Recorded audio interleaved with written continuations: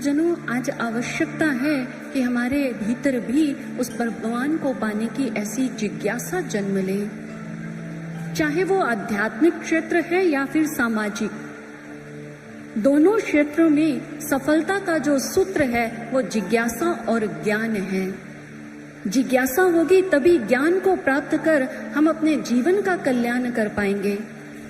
आज जो जिज्ञासा माता पार्वती के भीतर थी, वैसी ही जिज्ञासा शौनक जी अपने भीतर लिए सूर्य जी के सानिध्य में ये प्रश्न करते हैं। जिस गाथा को भगवान शिव ने माता पार्वती को प्रदान कर उन्हें मुक्ति मोक्ष प्रदान कर दिया, आज वही गाथा शौनक जी के समक्ष सूत जी रखने जा रहे हैं। बारंबार भगवान भोलेनाथ का ध्यान करते, चिंतन करते हुए आज सूत जी शौनक जी से कहने लगे कि ये भगवान शिव की जो पावन कथा है, शिव महापुराण जो अत्यंत पवित्र सर्वोत्तम है, चतुष्विंशति सहस्रो ग्रंथो यंग सप्त संहिता भक्ति त्रिक्सु संपूर्ण शुनु यातम परादरात विद्येश्वर संहिताद्या द्वितीय रुद्र संहिता तृतीय शत रुद्राख्या कोटि रुद्रा चतुर्थीका पंचम्यो मां संहितोक्ता षष्ठी कैलाश संहिता सप्तमी वैवी आख्या सप्तं वै संहिता इह ससप्तं सहितं दिव्यं पुराणं शिव संज्ञकं वरिवर्ती ब्रह्म तुल्यं सर्वोपरि गति प्रदम।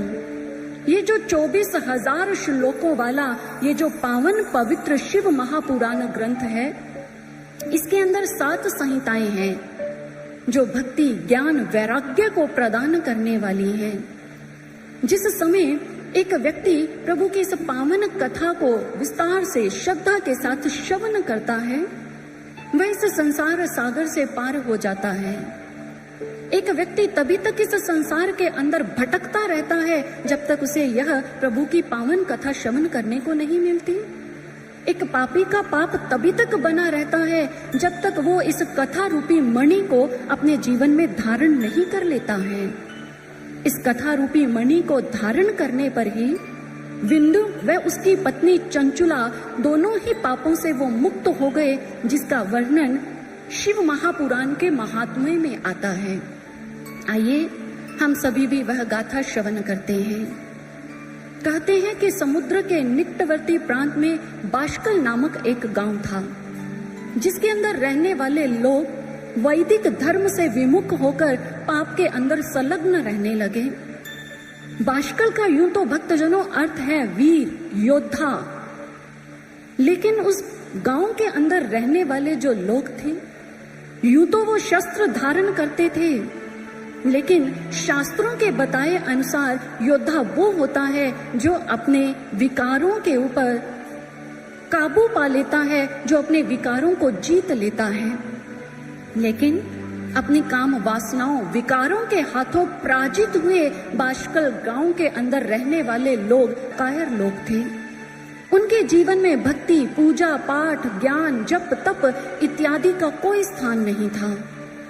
वैदिक धर्म से विमुख हुए पापाचार के अंदर संलग्न रहने वाले वो पशुओं के समान आचरण करते थे। न केवल वहां के पुरुष, वहां की स्त्रियां भी स्वेच्छाचारणी व्यभिचारणी पतिव्रत धर्म से सदाचार से विहीन थी। और उस बाष्कल गांव के अंदर विंदुक नामक एक व्यक्ति रहता था, जो पाप के अंदर लिप्त था, क्योंकि जहां पाप का पसारा था वहीं उसका निवास था। कहते हैं कि वो अपनी पत्नी चंचुला को छोड़कर एक वैश्या के संग जाकर के रहने लगा। काफी समय तक उसकी पत्नी चंचुला ने उसके लौट आने की प्रतीक्षा की, लेकिन जब काफी समय तक वह लौट करके नहीं आए तो चंचुला ने भी अपने जीवन से धर्म का परित्याग कर दिया। उसी पाप कर्म के अंदर संलग्न हो गई जिस पाप कर्म के अंदर उसका पति विंदुक रहता था। धीरे धीरे समय की गति आगे बढ़ने लगी। कहते हैं कि कुछ समय के पश्चात विंदुक मृत्यु को प्राप्त हो गया। नरक की घोर यातनाओं को सहने के पश्चात वह एक भयंकर पिशाच योनि को जाकर के प्राप्त हुआ। पर चंचुला अपने पुत्रों के साथ अपने जीवन को व्यतीत कर रही है और कहते हैं कि सौभाग्यवश एक दिन मैं अपने बंधुजनों के साथ तीर्थों के लिए गई और गोकर्ण क्षेत्र में जा पहुंची, जहां एक शिवालय में भगवान शिव की कथा का वाचन हो रहा था। श्रद्धालुजन बड़ी श्रद्धा के साथ प्रभु की कथा को श्रवण कर रहे थे। अब चंचुला भी जाकर के उसी संगत के भीतर जाकर के बैठ गई और उधर भगवान शिव की कथा सुनाते हुए वे ब्राह्मण वे महात्मन कहने लगे कि यदि कोई स्त्री अपने पतिव्रत धर्म का परित्याग कर देती है, यदि वो अपने धर्म से च्युत हो जाती है, तो उसे घोर यातनाएं सहनी पड़ती हैं। नरक की अग्नि के अंदर उसे अपने जीवन में कष्टों को प्राप्त करना पड़ता है। यमदूत कठिन पाश के अंदर बांध करके उसे घसीटते हुए लेकर के जाते हैं। ऐसी ऐसी यातनाएं अपने जीवन में प्राप्त करनी पड़ती हैं। जिस समय आज चंचुला ने ये बात सुनी, मानो उसकी अंतर आत्मा तक हिल गई। आज उस वचनों को सुनकर के उद्विग्न हुआ उसका चित्त थर-थर करके कांपने लगा। आज चंचुला विचार करने लगी, मेरी क्या गति होगी? मैंने अपने जीवन से प्रतिव्रत धर्म का परित्याग कर दिया। काम के अंदर मोहित रहकर मैंने ये कैसा अनिष्ट कर्म कर लिया। घोर पाप कर्म किया है मैंने। जिस समय मुझे वो यातनाएं सहनी पड़ेंगी तो मैं उसे कैसे सहन करूंगी? कौन मेरी आकर के उस समय उस पीड़ा से मुक्ति दिलाएगा? कौन मेरी रक्षा करेगा? आज एक विचार, उस एक विचार ने चंचुला की अंतर आत्मा को झंझोर करके रख दिया। भक्तजनों, एक व्यक्ति थे जिसे बाल्यकाल में बहुत सी कठिन परिस्थितियों का सामना करना पड़ा। बचपन में ही उनके कंधों पर पूरे परिवार का बोझ आन पड़ा। सारे परिवार की जिम्मेदारी उस बच्चे के ऊपर आ पड़ी। वह बच्चा चाहता था कि मैं और बच्चों की तरह स्कूल जाऊं, मेहनत करूं, आगे बढ़ूं, लेकिन उसे स्कूल जाने का समय, मौका, अवसर नहीं मिल पाया। धीरे धीरे जैसे ही वो किशोरा अवस्था को प्राप्त हुआ तो उसे एक पुस्तक विक्रेता की दुकान पर किताबों के ऊपर कवर चढ़ाने का काम मिल गया। और जिस समय वह अपने उसी कार्य को एक दिन कर रहा था, उसकी नजर पास ही पड़ी एक रद्दी की ढेरी के ऊपर गई, जिस ढेरी में से उसे एक कागज का टुकड़ा मिला। जिस कागज के टुकड़े पर कुछ पंक्तियां लिखी हुई थी जो एक व्यक्ति ने अपने मित्र को संबोधित करते हुए लिखी। श्रीमान, आगे बढ़ो, आगे बढ़ो। आगे बढ़ते चले जाओगे तो ये कठिनाइयां स्वयं तुम्हारा मार्ग छोड़ती चली जाएंगी। तुम इस मार्ग पर आगे बढ़ते हुए स्वयं देखोगे कि एक अथाह प्रकाश पुंज प्रकट हुआ है जो तुम्हारा आगे का मार्ग आलोकित करता चला जा रहा है। जैसे ही ये वाक्य उन्होंने पढ़ा तो मानो उन्हें एक प्रेरणा मिली। उनके भीतर एक जज्बा जागा। बस अब क्या था, जो भी किताब उस दुकान में मुरम्मत के लिए आती, ठीक होने के लिए आती, वह उन सारी किताबों को पढ़ देते और धीरे धीरे वो एक ज्योतिर्विद, खगोल शास्त्री, एक विद्वान के रूप में उभर करके सबके सामने आए। जानते हो वो व्यक्ति कौन था? एरिग्मे। एक विचार ने एरिग्मे के जीवन को एक नई राह दिखा दी।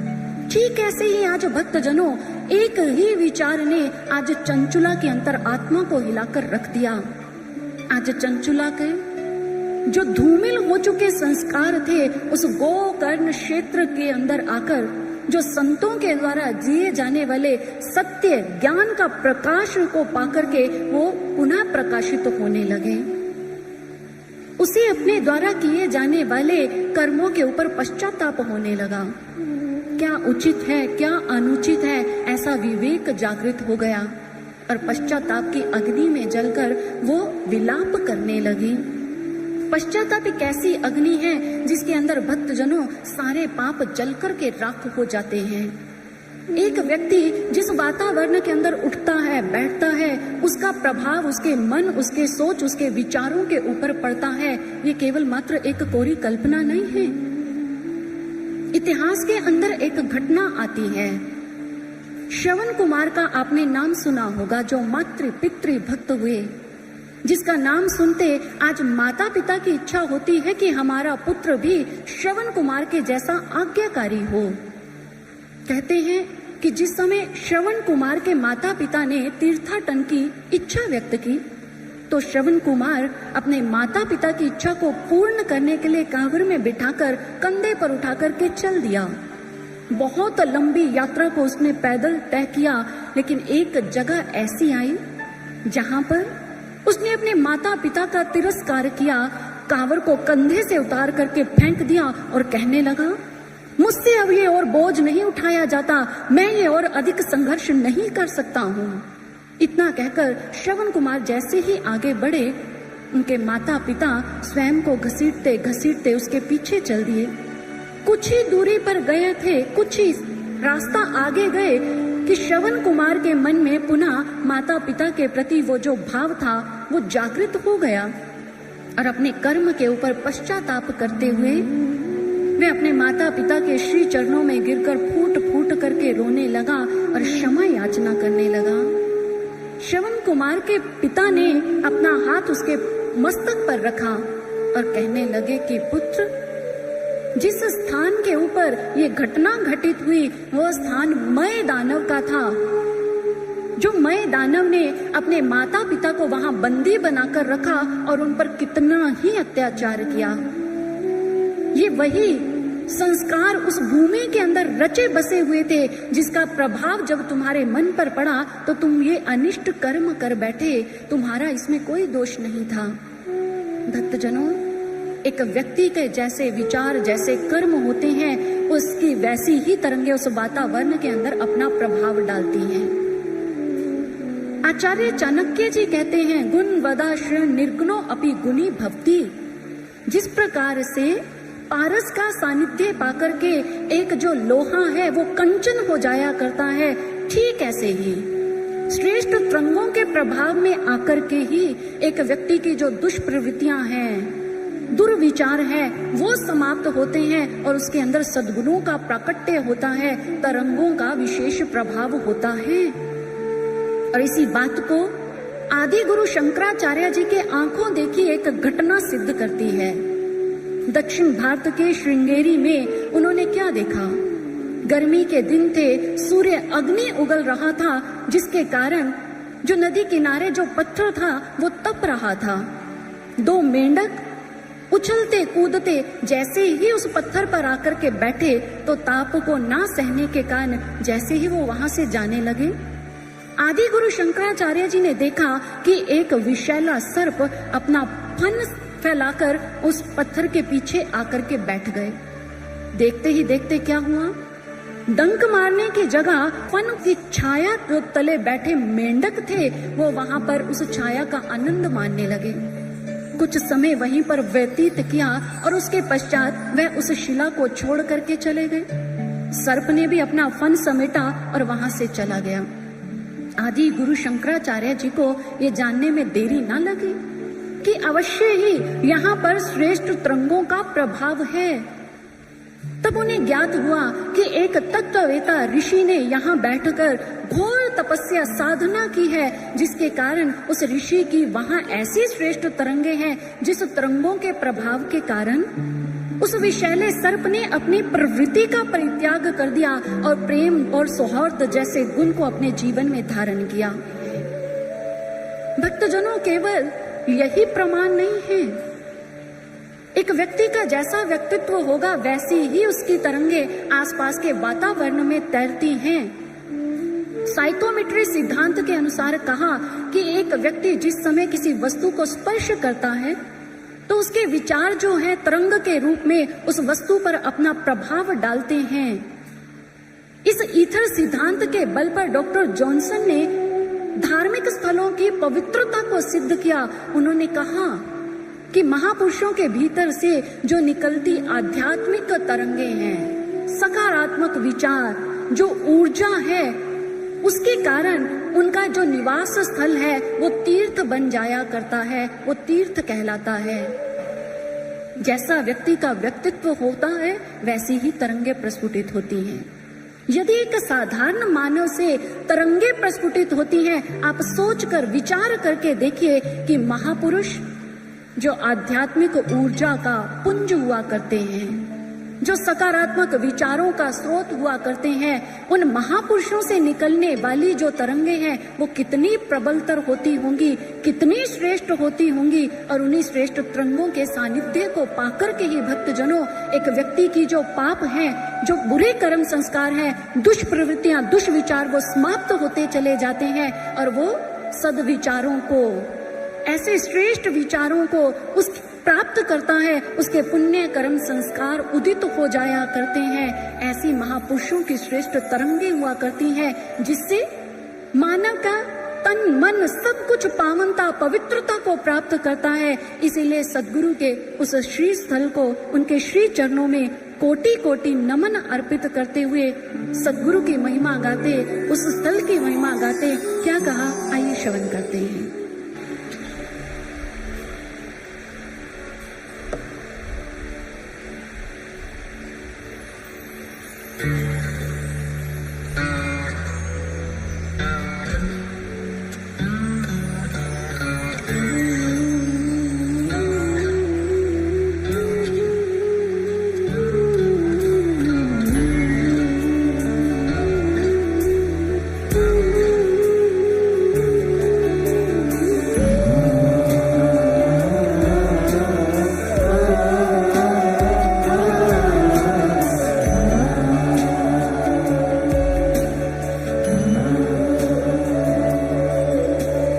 जिन चरणों में बहता है प्रेम का सागर निश्चल,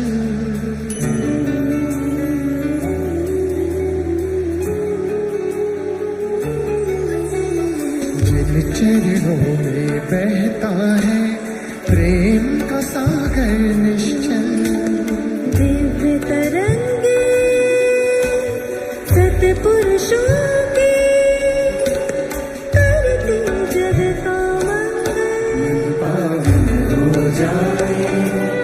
ऐसी दिव्य तरंगे पाकर सद्गुरु सब जग जाए, संतों की शरण में आकर भावन हो जाए। ऐसी दिव्य तरंगे पाकर सद्गुरु सब जग जाए, संतों की शरण में आकर।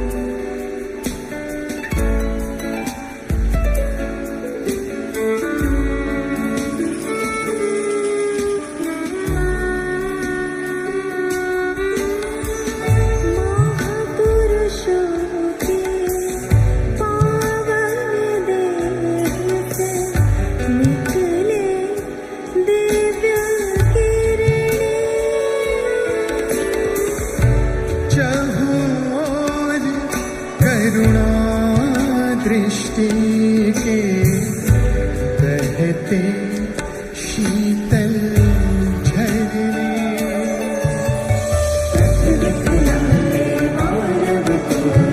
लेकर ज्ञान का दिव्य तरंगे सत्पुरुषों की करती जग का ऐसी दिव्य तरंगे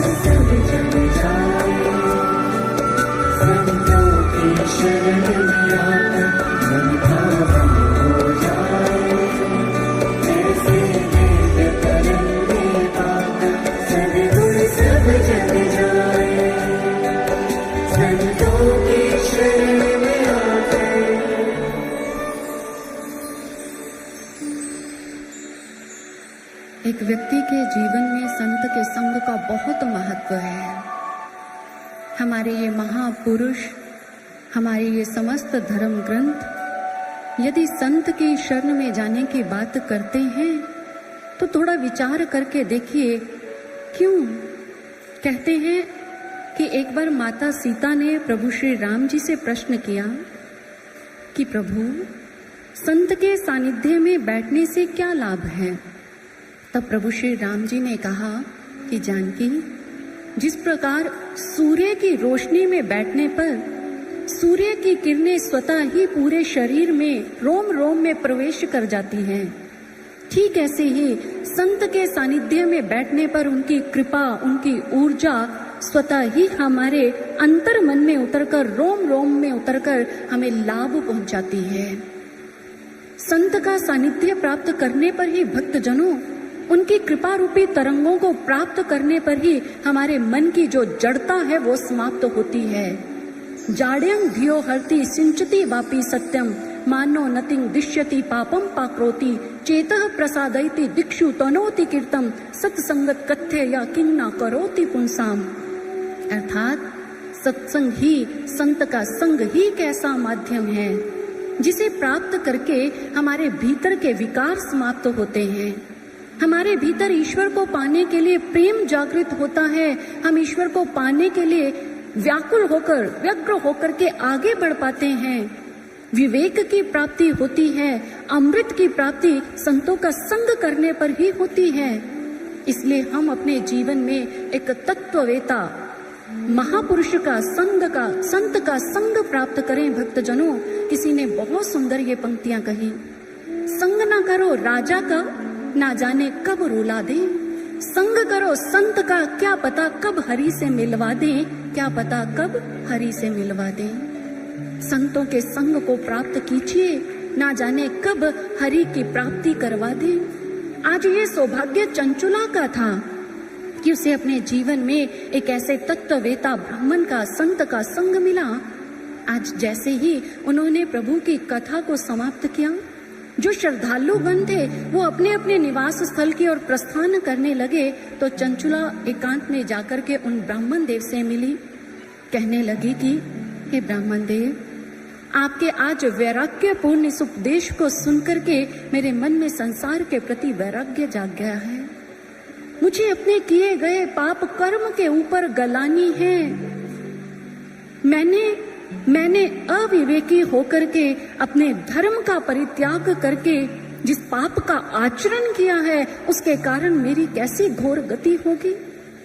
हे ब्राह्मण देव, दुर्मार्ग पर चलने वाली मुझ अभाग्नि को कौन मार्ग दिखलाएगा, मुझ पर कृपा कीजिए।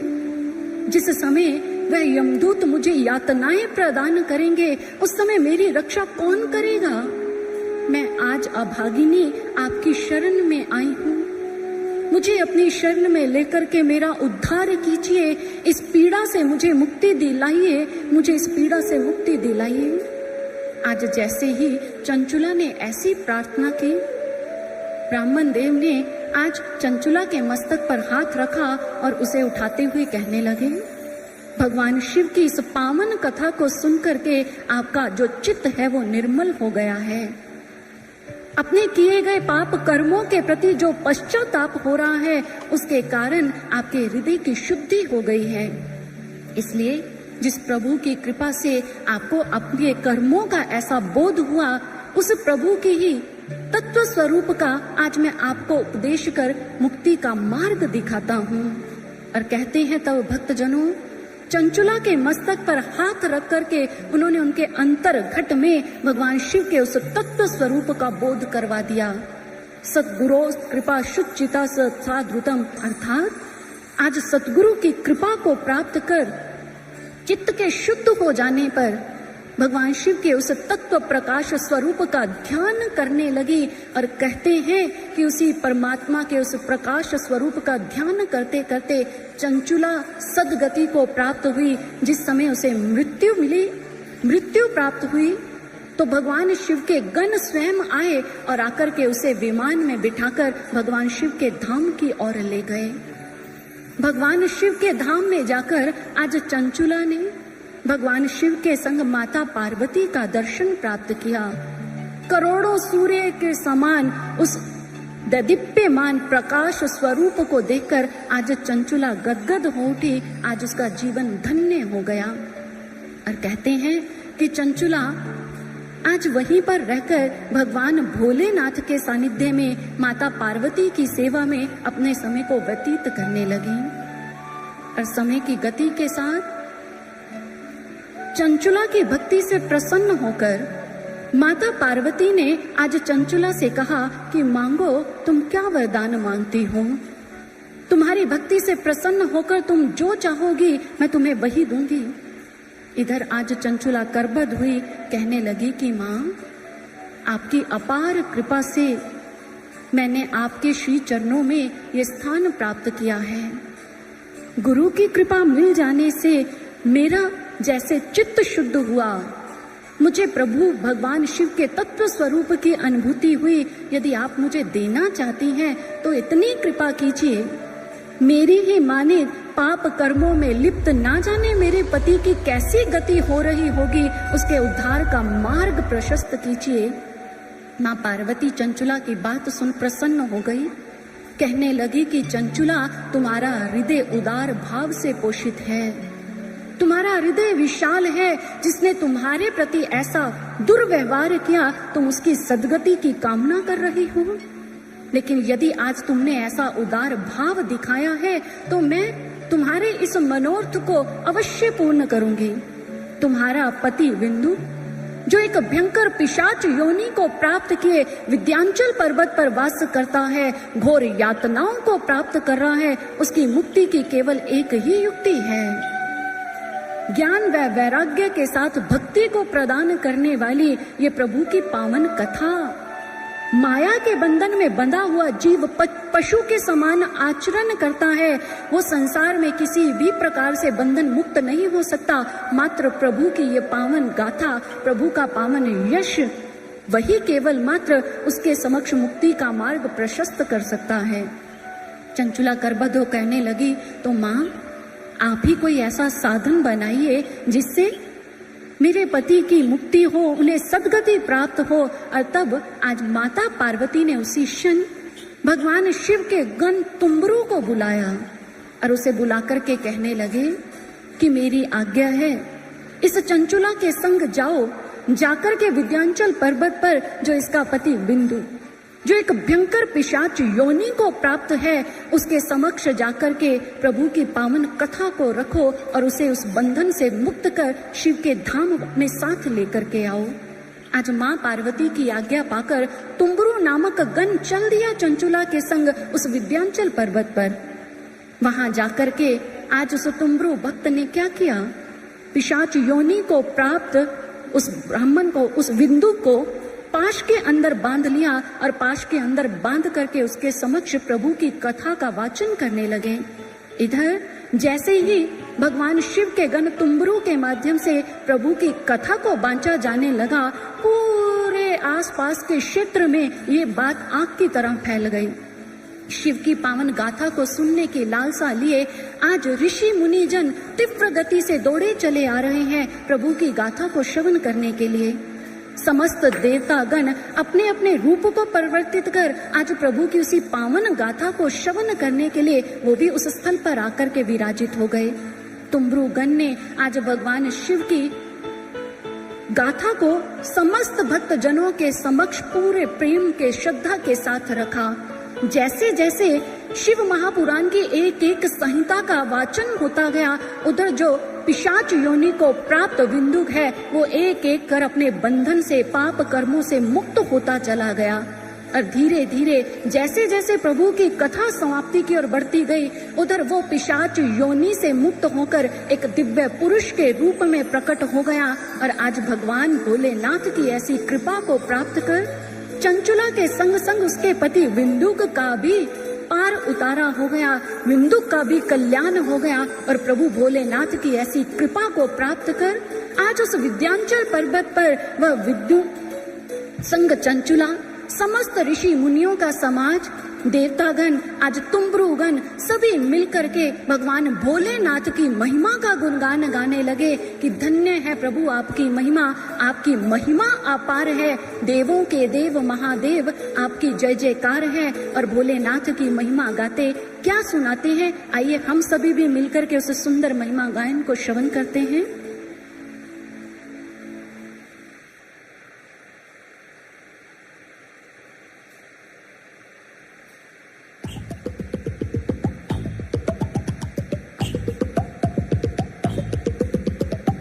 भोलेनाथ तेरी महिमा निराली है,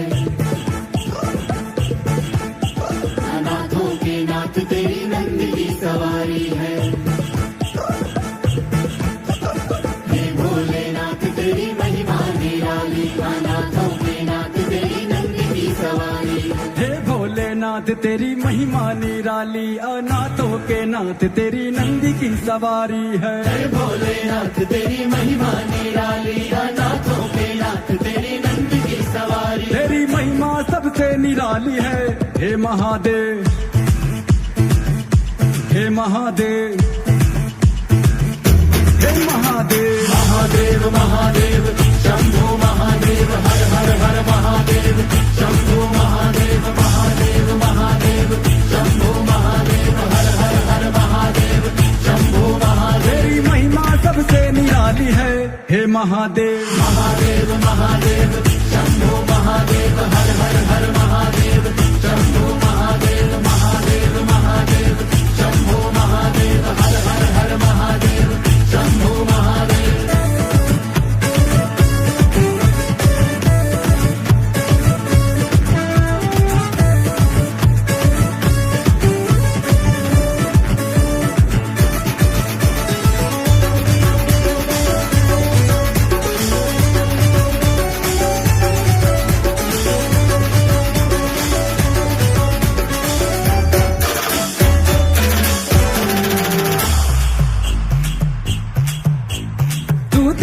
सबसे है न्यारा, तुझको नमन है हमारा।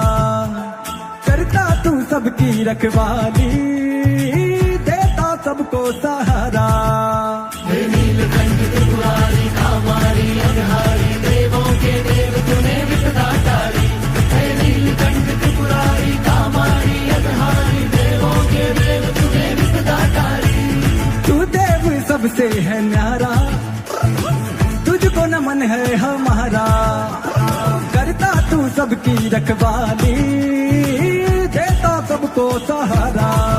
सब होके मगन आए तेरी शरण, सब होके मगन आए तेरी शरण। तू ही संकट से सबको उबारे। हे महादेव, महादेव महादेव शंभो महादेव, हर हर हर महादेव, शंभो महादेव महादेव महादेव, शंभो महादेव, हर हर हर महादेव, शंभो महादेव।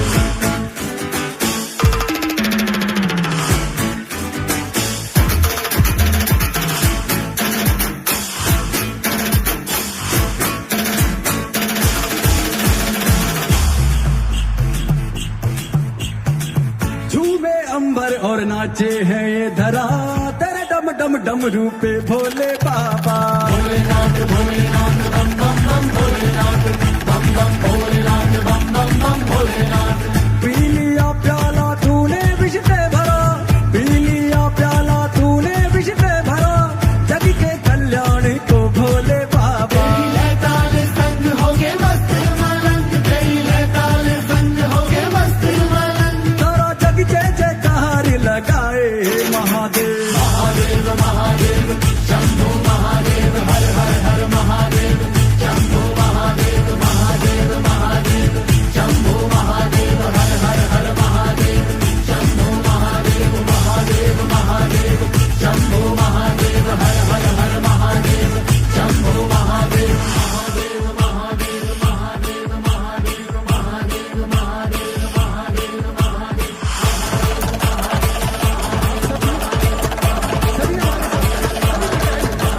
हे शंभो शिव शंभो, हे शंभो शिव शंभो, हे शंभो शिव शंभो, हे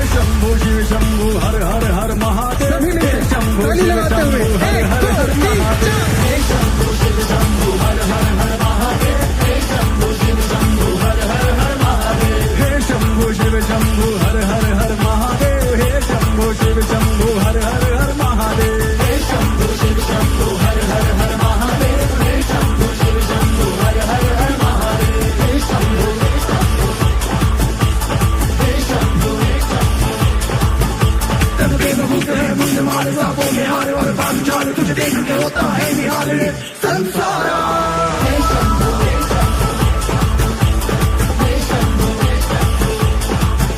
भूतों के संग प्रेतों के संग देवों के संग दूतों के संग है जसी सती चौकी का तू ही रखवाला। हे शंभु शिव शंभु हर हर हर महादेव। हे शंभु शिव शंभु हर हर हर महादेव। हे शंभु शिव शंभु हर हर हर महादेव। हे शंभु शिव शंभु हर हर हर महादेव। हे शंभु शिव शंभु हर हर हर महादेव। हे शंभु शिव शंभु हर हर हर महादेव। हे शंभु शिव शंभु हर हर हर महादेव। हे शंभु शिव शंभु हर हर हर महादेव। हे शंभु शिव शंभु हर हर हर महादेव। हे शंभु शिव शंभु हर हर हर महादेव। हे शंभु शिव शंभु हर हर हर महादेव। हे शंभु शिव शंभु हर हर हर महादेव।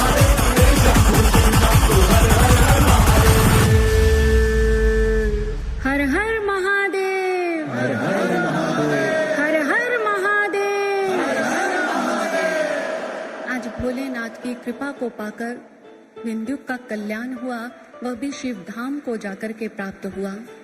और यह पुण्य प्रदायक गाथा सूची ने शौनक जी के समक्ष रखी, जिसे सुनकर के शौनक जी गदगद हो उठे और कहने लगे कि हम धन्य हैं सूची, हमें आपके सानिध्य में बैठ करके ये जो आनंद देने वाला ये प्रसंग श्रवण करने का सुअवसर प्राप्त हुआ।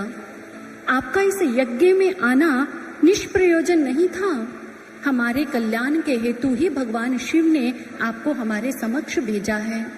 हमने आपके माध्यम से प्रभु की इस सुंदर पावन अमृत बरसाने वाली इस कथा को श्रवण तो कर लिया, लेकिन हे सूची, अभी भी हमारे मन की तृप्ति नहीं हुई। हमारा मन चाहता है कि आप प्रभु की गाथा को और हमारे समक्ष गाते चले जाएं और हम उसी रस के अंदर भीगते चले जाएं। तब सूची शौनक जी से कहने लगे कि यह प्रभु की जो पावन गाथा है, जो मैंने आपके समक्ष रखी, उसके पश्चात विद्येश्वर संहिता में मेरे गुरुदेव वेद व्यास जी से अनेक मुनि जनों ने प्रश्न किए, जो प्रश्न आज इस समस्त संसार के मार्ग को प्रशस्त करते हैं, उनके समक्ष कल्याण का मार्ग रखते हैं। मुनि गणों ने विद्येश्वर संहिता के अंतर्गत आता है कि वेद व्यास जी के समक्ष भगवान शिव को जानने की जिज्ञासा लिए ऐसे प्रश्न रखे कि हे वेद व्यास जी, भगवान शिव एक ऐसे देव हैं जिनकी पूजा प्रतिमा स्वरूप में भी होती है और लिंग स्वरूप में भी। इन दोनों स्वरूपों में भगवान शिव की पूजा होती है। हम किस स्वरूप में उनकी पूजा करते हुए अपने जीवन में आध्यात्मिक लाभ को प्राप्त कर सकते हैं? जैसे ही मुनि गणों ने यह वेद व्यास जी से प्रश्न किया, इधर सूची शौनक जी को बताते हैं कि इस प्रश्न को करके, इस अद्भुत प्रश्न को करके उन्होंने समस्त संसार के लिए ऐसा मार्ग प्रशस्त किया जिस पर चलकर सभी आध्यात्मिक लाभ को प्राप्त कर पाते। यूं तो इस प्रश्न का उत्तर देना किसी साधारण व्यक्ति के वश की बात नहीं, परंतु मेरे गुरुदेव वेद व्यास जी ने जो उत्तर दिया, जिसे मैंने अपने जीवन में उनकी कृपा से ही जाना है, मैं उसे आपके समक्ष रखना चाहूंगा। भगवान शिव जो ब्रह्म स्वरूप हैं, उन्हीं ब्रह्म स्वरूप के ये जो ज्योतिर्लिंग और प्रतिमा स्वरूप हैं, ये दोनों ही स्वरूप पावन पवित्र हैं। भगवान शिव का जो प्रतिमा स्वरूप है वो उनके साकार स्वरूप की ओर इशारा करता है, तो जो उनका ज्योतिर्लिंग स्वरूप है वो उनके निराकार स्वरूप की ओर इंगित करता है। हमारे शास्त्रों के अंदर भगवान के दो स्वरूप बताए गए, निराकार और साकार, लेकिन उन दोनों स्वरूपों के पीछे छिपे हुए तत्व को, मर्म को एक व्यक्ति यदि सोचे कि मैं स्वतः ही जान लूंगा तो ये असंभव है। गुरु की कृपा के बिना इन दोनों स्वरूपों के पीछे छिपे उस तत्व स्वरूप को व्यक्ति अपने आप में गुरु की कृपा से ही वो जान पाता है, जान सकता है। एक बार एक जिज्ञासु सर श्री आशुतोष महाराज जी की शरण में आए और आकर के उन्होंने जिज्ञासा रखते कहा कि गुरुदेव, हमें यह बताइए कि वास्तव में ईश्वर निराकार है या साकार? किस स्वरूप में उनकी पूजा करने पर फल प्राप्त होता है? तो सर श्री आशुतोष महाराज जी ने उस जिज्ञासु के प्रश्न पर उनसे ही एक प्रश्न किया, पहले मुझे यह बताइए, क्या आपके पास दिव्य दृष्टि है? उस जिज्ञासु ने कहा, दिव्य दृष्टि? गुरुदेव, मेरे पास कोई दिव्य दृष्टि नहीं है। सर श्री आशुतोष महाराज जी अपनी ओजस्वी वाणी से कहने लगे, यदि आपके पास दिव्य दृष्टि नहीं है तो परमात्मा आपके लिए ना निराकार है ना साकार है। दिव्य दृष्टि होगी तभी आप उनके निराकार और साकार स्वरूप के मर्म को जान पाओगे। दिव्य दृष्टि होने पर ही आपको ये बात ज्ञात होगी, चाहे वो निराकार स्वरूप धारण कर ले या साकार स्वरूप, लेकिन वो एक ही शक्ति है। एक ही शक्ति अनेक स्वरूपों को धारण कर इस संसार के अंदर आती है, लेकिन जब तक समाज में मानव के पास वह दिव्य दृष्टि नहीं है, तब तक उसके जीवन में ये भेद बना ही रहेगा कि हम किस स्वरूप की पूजा करें। कोई इसी कारण तो आज निराकार की पूजा करता है तो कोई साकार की, कोई किसी महापुरुष को मानता है तो कोई किसी की निंदा करता है। ये आज समाज में ऐसी परिस्थिति, ऐसा भेदभाव क्यों? इसी दिव्य दृष्टि के अभाव में। जिस दिन दिव्य दृष्टि मिल गई तो पता चल जाएगा भक्तजनों, ये अलग अलग नहीं है, एक ही शक्ति ये अनेक स्वरूपों को धारण कर इस संसार में अवतरित होती है। इसीलिए तो कहा, हरि हर हर नाम एक है, दोनों का ही धाम एक है। हरि हर उस एक की छाया, बैकुंठ कैलाश तेरे भीतर समाया। कल्याण करे वो शिव शंभु है, पालन करे वही विष्णु है। चाहे निर्माता ब्रह्मदेव को कह लो, तीनों देव एक शब्द में ले हो। इस भेद को कर जान ले प्राणी, मिट जाए झगड़ों की कहानी, मिट जाए झगड़ों की कहानी। झगड़े का कारण ही यही है, कलेश का, दुविधा का, आज समस्या का कारण ही यही है कि हम उस एक को नहीं जानते। और यही बात हमारे जीवन की इसी भेद बुद्धि के बारे में, इसी के बारे में व्यक्त करते हुए देवी भागवत महापुराण में आदि शक्ति जगदम्बिका कहती हैं, सदैकत्वं ना भेदो असि सर्वदैव ममास्य च, यो असौ सा महंग यासौ भेदो अस्ति मति विभ्रमात्। अर्थात कि हे मानव, जो मैं हूँ वही ब्रह्म है, जो ब्रह्म है वही मैं हूँ। हम दोनों में कोई भेद नहीं है। ये तुम्हारी ही बुद्धि का भ्रम है जो हमें अलग अलग मानते हो। रामचरितमानस के अंदर स्वयं प्रभु श्री राम हमारा मार्गदर्शन करते हुए क्या कहते हैं, शिवद्रोही मम भक्त कहावा, तेनर सपने हो मोही ना पावा। शिवद्रोही जो है भगवान शिव का विद्रोह करता है, लेकिन मेरी भक्ति में आनंद को प्राप्त करना चाहता है, वो कदापि अपने जीवन के अंदर सुख को प्राप्त नहीं कर सकता है। शिव विमुख भक्ति जहाँ मोरी, ते नार की मूढ़ मति थोरी। वो मूढ़ मति नरक को जाकर के प्राप्त होगा जो मुझ में और भगवान शिव में भेद करता है। भक्तजनों, हम कहाँ खड़े हैं? आज हमने अपने अपने भगवान बना लिए, अपने अपने दायरे बना लिए, और उसी को लेकर के हम कितने बंधनों के अंदर बंधे हुए हैं। अपने आप को कितना हमने सीमित कर लिया है। क्या भगवान की प्राप्ति का मार्ग सोच कर देखिए, विचार करके देखिए, क्या हिंसात्मक हो सकता है? नहीं, ईश्वर की प्राप्ति का मार्ग हिंसात्मक नहीं है। आवश्यकता है उस एक को जान करके उसकी भक्ति करने की, क्योंकि वही एक अनेकों स्वरूपों को धारण करके इस संसार में अनेकों स्वरूपों को लेकर के आता है। एको वशी सर्वभूतांतरात्मा एकं रूपं बहुता यत् करोति तमात्मस्थं ये अनुपश्यन्ति धीरा से तेषां सुखं शाश्वतं नेत्रेषां। अर्थात हमारे ये ग्रंथ, शास्त्र, उपनिषद कहते हैं कि वही एक सबको वश में करने वाला है, एक होते अनेकों स्वरूपों को धारण करने वाला है। जिस समय एक भक्त अपने अंतर जगत में उतर कर तत्व स्वरूप से उसे जान लेता है, तो वही परम सुख, परम शांति, परम आनंद को प्राप्त करता है। आवश्यकता है सतगुरु की शरणागत होकर उस दृष्टि को प्राप्त करने की। कहते हैं कि एक बार सूरदास जी वो बीना वादन करते हुए चले जा रहे थे।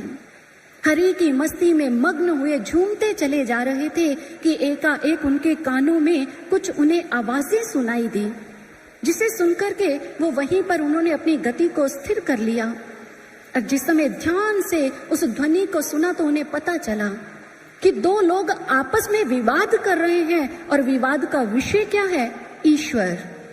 एक व्यक्ति दूसरे से कह रहा है कि मेरे पास जो बिहारी जी की मूर्ति है वो बहुत श्रेष्ठ मूर्ति है, सबसे पवित्र पावन मूर्ति है।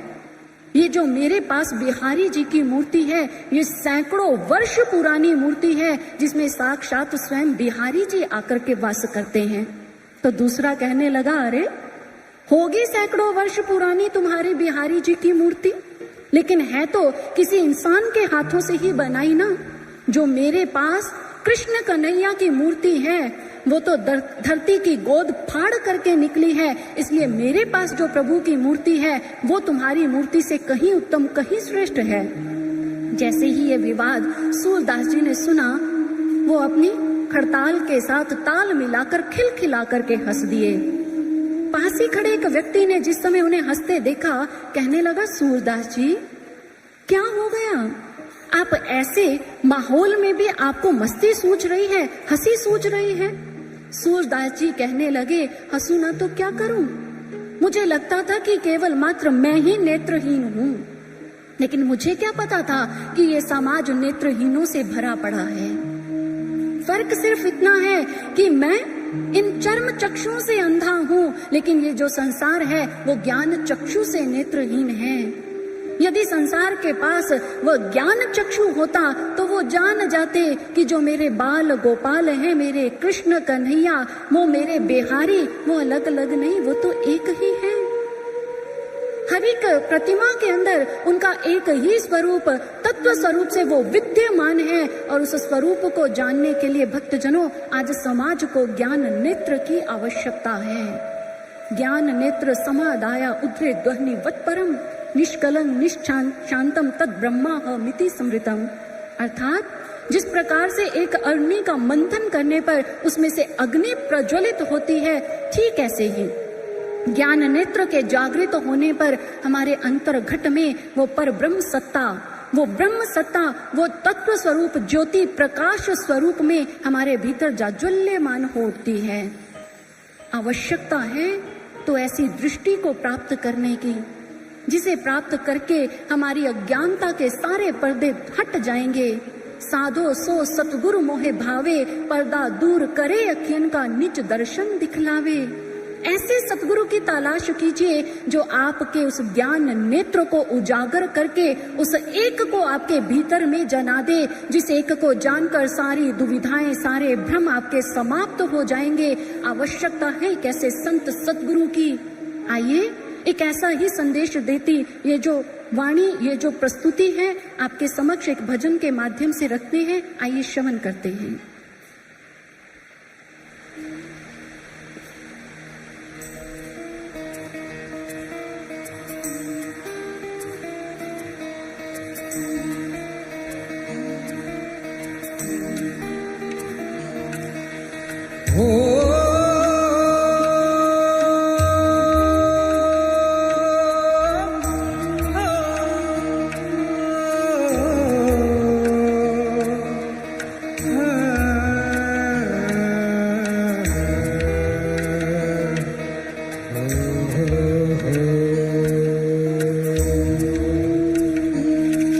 जो घट घट भीतर बसे निरंतर तुम उसको पहचानो।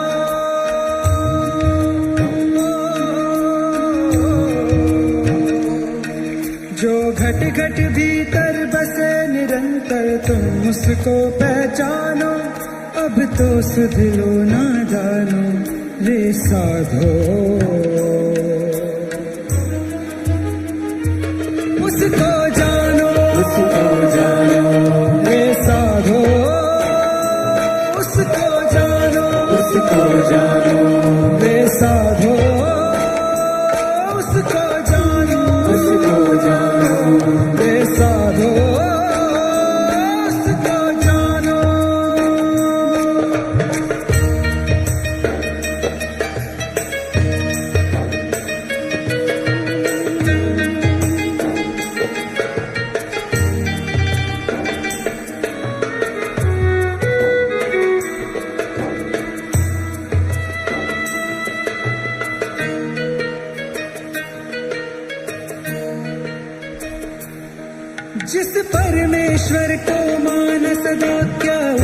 कभी भी जाना है, उसको कभी भी जाना है। क्या मंदिर में जिसको पूजा उस शक्ति को पहचाना है, उस शक्ति को पहचाना है।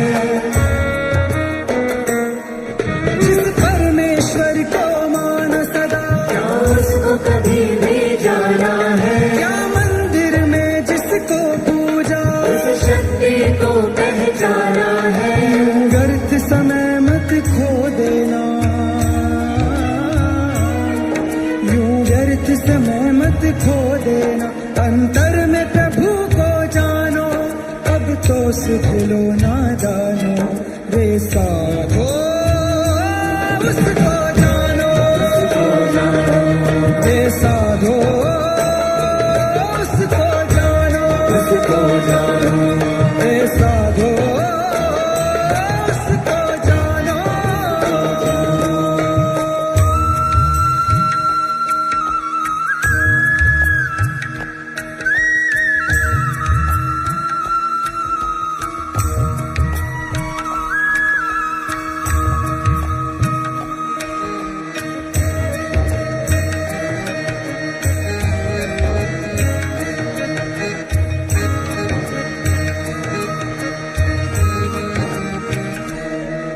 तेरे घट में सत्य स्वरूप बसा, तू बाहर उसको खोज रहा, बाहर उसको खोज रहा है ग्रंथों का भी सार यही। दुविधा में पड़ा क्या सोच रहा, दुविधा में पड़ा क्या सोच रहा। तेरे घट में सत्य स्वरूप बसा, तू बाहर उसको खोज रहा है ग्रंथों का भी सार यही। दुविधा में पड़ा क्या सोच रहा। बिन सतगुरु ब्रह्म न पावे तू, बिन सतगुरु ब्रह्म न पावे तू। ये अटल नियम अब मानो, अब तो सुध लो नादानो। रे साधो जो घट घट भीतर बसे निरंतर, तुम उसको पहचानो।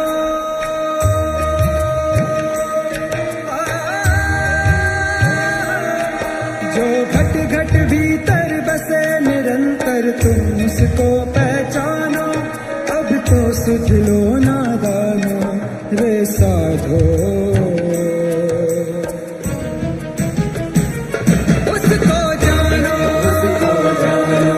रे साधो उसको जानो, रे साधो उसको जानो, उसको जानो। रे साधो उसको जानो। YouTube पर DJJS वर्ल्ड को अभी सब्सक्राइब करें और नियमित सूचनाओं के लिए घंटी का चिन्ह अवश्य दबाएं। साथ ही Instagram, Facebook और Twitter पर करें DJJS वर्ल्ड को फॉलो।